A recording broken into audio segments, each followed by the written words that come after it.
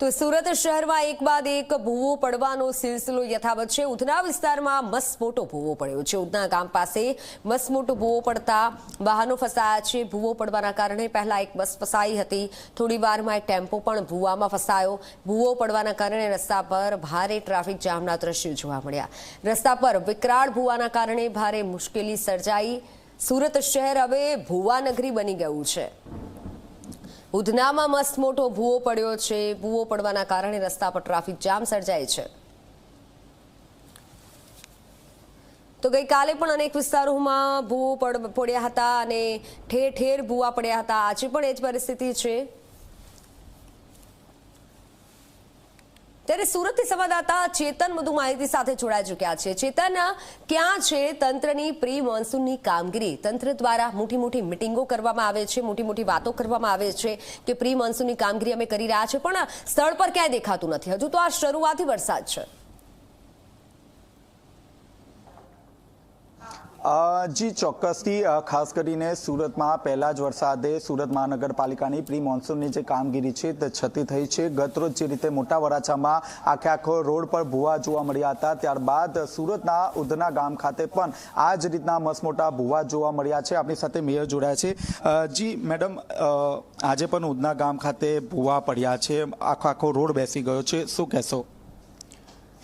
જે પણ ઘટના સુરત શહેરમાં બની છે રોડ બેસી જવાને લઈને, તે ઘટનાઓ ગંભીર છે અને જે પણ અધિકારી છે, જે પણ કોન્ટ્રાક્ટર છે, તેને કડકમાં કડક શાસકો દ્વારા વલણ અપનાવી અને સૂચના આપેલી છે કે વહેલી તકે 3 દિવસમાં અમને આનો ખુલાસો આપો।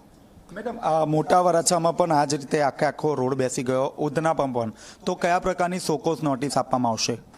એ લોકોને પણ અમે કીધેલું જ છે કે 3 દિવસમાં અમને ખુલાસો આપો। એમાં એન્જિનિયર છે, ક્લાર્ક છે અને જે તે એજન્સી કોન્ટ્રાક્ટર છે, તે લોકોને 3 દિવસમાં ખુલાસો આપવાની નોટિસ અમે આપેલી છે। મેડમ, જો ખુલાસામાં યોગ્ય જવાબ નહીં હશે તો કયા પ્રકારના પગલાં લેવામાં આવશે? ના, રોડ રસ્તાને લઈને કહું તો કોન્ટ્રાક્ટરની સમય મર્યાદા પૂર્ણ નહીં થઈ હોય તો કોન્ટ્રાક્ટર પર પગલાં લેવામાં આવશે। અધિકારીની ભૂલ હશે તો અધિકારી ઉપર કડક વલણ અપનાવી અને એના પર પણ કડક કાર્યવાહી થશે। મારા સુરત જનતાની જે વાસીઓ છે તેને કોઈ પણ મુશ્કેલી પડે તે મારા માટે શક્ય નથી। એના માટે જવાબદાર વ્યક્તિ પર કડકમાં કડક અમે પગલાં લઈશું। મેડમ, જે મોટા વરાછાની વાત કરીએ તો રોડ પણ 2-3 મહિના પહેલાં જ બન્યો હતો અને ભૂવા પડ્યા છે, તો કર્મચારી અને અધિકારીઓને સોકોસ નોટિસ અપાઈ છે?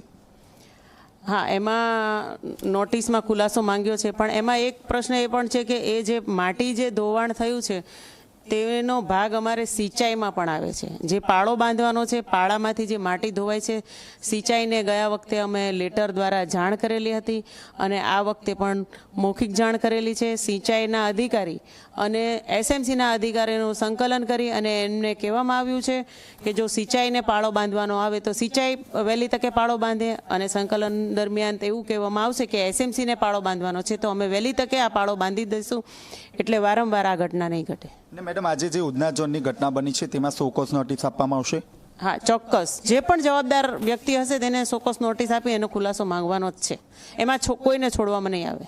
તો આ હતા મેયરજીઓ દ્વારા સ્પષ્ટપણે કહેવામાં આવ્યું છે કે તમામ જવાબદાર અધિકારી અને કોન્ટ્રાક્ટરને સોકોસ નોટિસ આપવામાં આવશે। જો યોગ્ય જવાબ આપવામાં આવશે નહીં તો તેમની સામે પણ કાર્યવાહી કરવામાં આવશે। જી બિલકુલ બિલકુલ ચેતન, આભાર માહિતી બદલ।